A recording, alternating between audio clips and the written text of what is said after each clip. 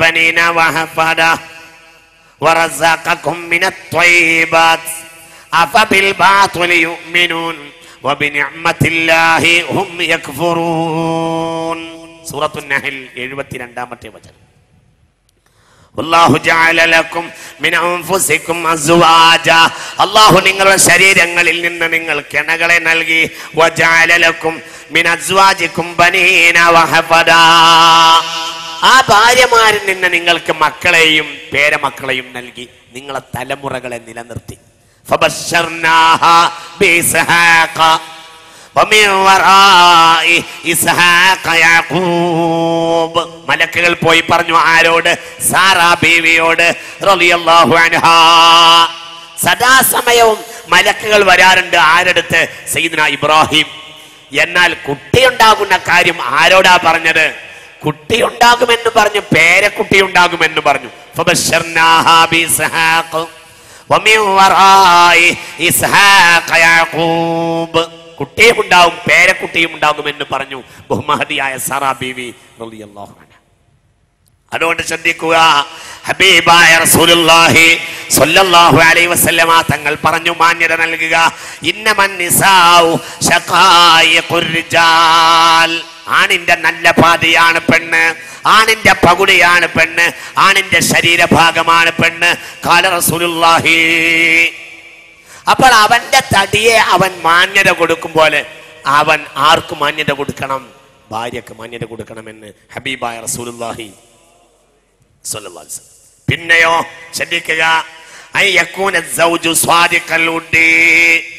ആത്മാർത്ഥമായി സ്നേഹം പ്രകടിപ്പിക്കുന്നവനാവുക. അത് നമ്മൾക്ക് തന്നെ തിരിയും. സ്നേഹം, പെരുമാറ്റം ഇല്ലേ? ഓരോരുത്തരും നമുക്ക് കണ്ടാൽ അറിയും. സത്യം ഞാനീ പറയാം, ഓരോരുത്തരും. ഒരാൾ നമ്മൾ കൈ തന്ന്, ഒരാൾ നമ്മളെ പിടിച്ച്, അവരൊക്കെ നമ്മളറിയും. അത് അതുകൊണ്ട് തന്നെ അറിയും. ഫിറാസത്തുൻ സ്വാദിഖ, അത് തിരിയും. അയാൾ ആര്, അയാളുടെ ഉദ്ദേശം എല്ലാം തിരിയും, എല്ലാം തിരിയും.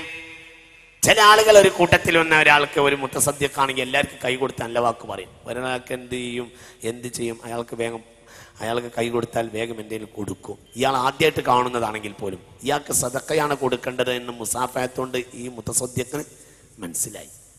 പെരുമാറ്റങ്ങൾ, രീതികൾ ഓരോ മനസ്സിലായി പറഞ്ഞത്.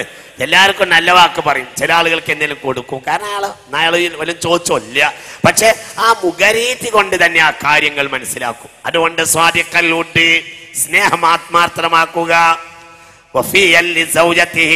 കടമ പറഞ്ഞാൽ പാലിക്കുക, ഷർത്ത് വെച്ചാൽ പാലിക്കുക. ഏത് കാര്യവും ഒരു കാര്യം പറഞ്ഞാൽ പാലിക്കുക. പാലിക്കാൻ പറഞ്ഞിട്ടില്ലെങ്കിൽ കഴിയില്ലെങ്കിൽ ഇന്ന് 5 മണിക്ക് വീട്ടിലെത്താന്ന് പറഞ്ഞാൽ 5 മണിക്ക് എത്തിയിരിക്കുക. അതൊക്കെ സ്നേഹബന്ധം ശക്തമാക്കും. രണ്ടാക്കും ഉമ്മാനെ കാണാൻ വേണ്ടി പോയിട്ടുണ്ട്. ഇവൻ വലിയ നേതാവാണ്, വലിയ ആളാണ്. ഇവന് ഒരു യോഗത്തിൽ നിന്ന് മറ്റേ യോഗത്തേക്ക് പായുന്ന കറാമത്താണ് ഇവന്റെ കറാമത്ത്. അതൊന്നും അവിടുത്തെ ബന്ധത്തെ ഒലച്ച് കളയും. അപ്പൊ എന്ത് ചെയ്യാന്നറിയോ? എന്ത് ചെയ്യാൻ? ഒരു നിലക്കും ആ യോഗ ഒഴിവാക്കാൻ കഴിയില്ലെങ്കിൽ എന്ത് ചെയ്യുക?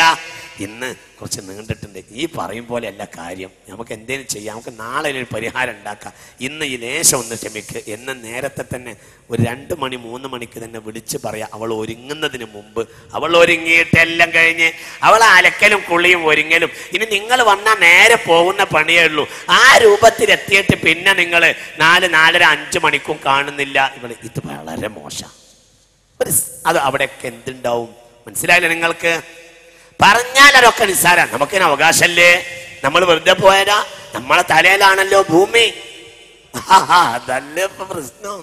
ഇപ്പൊ നമ്മളെ പ്രശ്നം എന്താന്ന് വെച്ചെങ്കിൽ നമ്മളെ തലയിലാണ് ഇപ്പോൾ ഭൂമി നിലനിൽക്കുന്നത്. നമ്മൾ ഐക്യകണ്ഠേന ചായ കുടിക്കുന്നത് കൊണ്ടാണ് മുസ്ലിം സമുദായം നിലനിന്ന് പോരുന്നത്.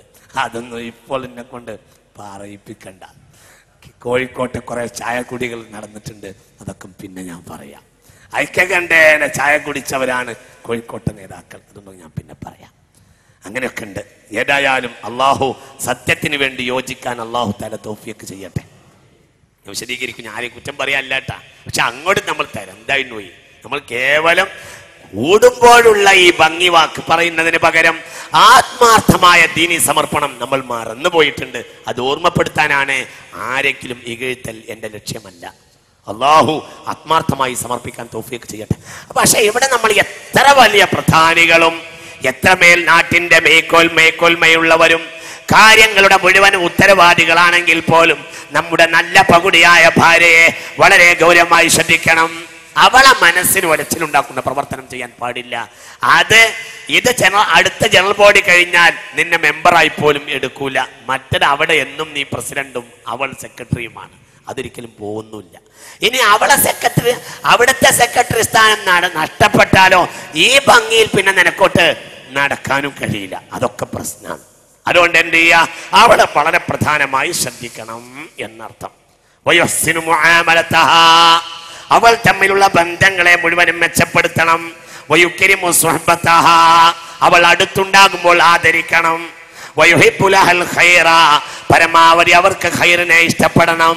അവൾക്ക് ഖൈറിനെ ഇഷ്ടപ്പെടുക, ഞങ്ങൾക്ക് ഖൈർ കൊടുക്കുക, അവൾക്ക് ഹദിയ കൊടുക്കുക, ഇടക്കിടക്ക് ഹദിയ കൊടുക്കുക. അങ്ങനെയാ നല്ല നല്ല ഹദിയകൾ കൊടുക്കാത്ത ഹദിയ കൊടുത്താൽ സ്നേഹം നിലനിർത്താം എന്ന് ഹബീബായ റസൂലുള്ളാഹി. അവളെ നീ ഒരു സുഖലോലുപയാക്കൊന്നും വേണ്ട, അതൊന്നും പറഞ്ഞ അർത്ഥമല്ല. എന്നാലും എന്ത് വിവാഹ വാർഷികം അവൾക്ക് എന്തുകൊണ്ട് കൊണ്ട് ഇന്നാണ് അവള് തന്നെ മറന്നിട്ടുണ്ടായിരുന്നു. 3-ാം തീയതി ഓഗസ്റ്റ് 1 അല്ലെങ്കിൽ ഡിസംബർ 10 അല്ലെങ്കിൽ എന്തോ ഹാക്കര ഏതോ ആ വിവാഹ വാർഷികം എന്തോ ഇന്നാണ് നമ്മളെ വിവാഹം എന്ന്. അതാണ് ഹദിയ കൈമാറുവീൻ, സ്നേഹം നിലനിർത്തുവീൻ എന്ന് ഹബീബായ റസൂലുള്ളാഹി. ഇതൊക്കെ വളരെ വിലപ്പെട്ട കാര്യമാണ്, വളരെ വിലപ്പെട്ട ഒരു കാര്യം. ഞാൻ വായിച്ച ഇംഗ്ലീഷ് ചെറുകഥകളിൽ എന്നെ വളരെ സ്വാധീനിച്ച ഒരു ചെറുകഥയുണ്ട്. ഒരു വിവാഹ വാർഷികത്തിന് ഒരു ഇംഗ്ലീഷ് ദമ്പതികൾ എന്ത് ചെയ്തു? രണ്ടാവരും ചിന്തിച്ചു. ഒരു ഇംഗ്ലീഷ് ദമ്പതികൾ, ഒരു വെസ്റ്റേൺ കഥയാ, പക്ഷേ മെസ്സേജിനെ വല്ലാതെ നൊമ്പരപ്പെടുത്തി. അവരൊക്കെ രണ്ടാളും ഒരു വിവാഹ വാർഷികത്തിന് ഭാര്യക്കും ഭർത്താവിനും ഇണകൾക്ക് ഭർത്താവിന് സമ്മാനം കൊടുക്കണമെന്ന് ഭാര്യ ചിന്തിച്ചു, ഭാര്യക്ക് സമ്മാനം കൊടുക്കണമെന്ന് ഭർത്താവ് ചിന്തിച്ചു. പക്ഷെ അവർ രണ്ടാളെ കയ്യിൽ വളരെ ചില്ലിക്കാശല്ലാതെ ഒന്നുമില്ല.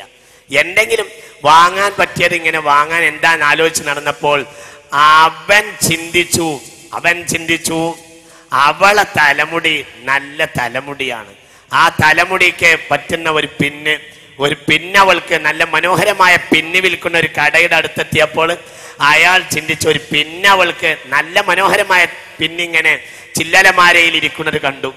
അതവൾക്ക് വാങ്ങിക്കൊടുത്താൽ ഈ വിവാഹത്തിൽ അവൾ എന്നെ ഇഷ്ടപ്പെടും, സന്തോഷിക്കുമെന്ന് വിചാരിച്ച് അയാൾ വേഗം അതിന് വില ചോദിച്ചപ്പോൾ അതിന് വില കൊടുക്കാനുള്ള പൈസ ഒന്നും ഇയാളെ കയ്യിലില്ല. അത് വാങ്ങാൻ അയാളെ മനസ്സ് വല്ലാതെ വെമ്പൽ കൊണ്ടു. അപ്പോൾ പിന്നെ അയാൾ ഇങ്ങനെ ആലോചിച്ചു എന്താ ചെയ്യാൻ. അയാൾ പെട്ടെന്ന് ബോധം വന്നതുപോലെ അയാൾ മാർക്കറ്റിൽ ഇറങ്ങി നടന്ന് കയ്യിലെ റിസ്റ്റ് വാച്ച് അയാൾ വിറ്റിട്ട് അയാൾ പണം വാങ്ങിയിട്ട് ആ പണം കൊണ്ട് ഈ പെണ്ണിന് മുടിയിൽ ചൂടാനുള്ള ഒരു പിന്ന് അയാൾ വാങ്ങി. അതുകൊണ്ട് അയാള് വിവാഹ വാർഷികത്തിന് അവൾക്ക് സമ്മാനം കൊടുക്കാൻ കരുതി. ഇവളും എന്ത് ചെയ്തു?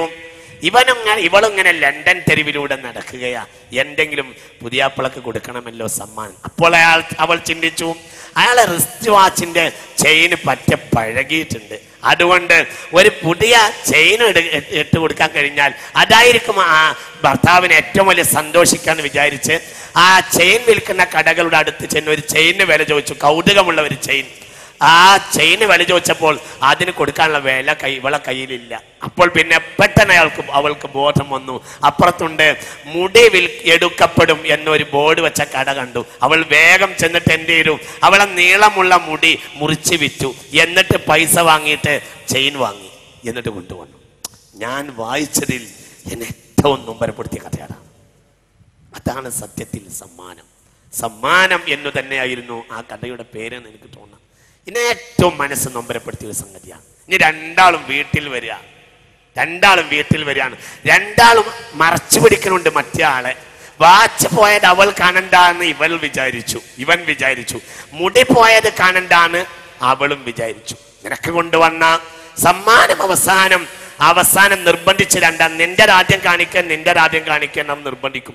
അവസാനം രണ്ടാളും പിടുത്തം കൂടി സമ്മാനം കാണിച്ചപ്പോൾ രണ്ടാളും കരഞ്ഞുപോയി. അതാണ് സംഭവം. പുണ്യനബി പറഞ്ഞു, നിങ്ങൾ പരസ്പരം ഹദിയകൾ കൊടുക്കണം, എന്നിട്ട് സ്നേഹം നിലനിർത്തണം. അവർ നമ്മുടെ ഭാഗമാണ്. അവൾക്ക് നമ്മിലെ മാന്യതയും പവിത്രതയും കൽപ്പിക്കണം.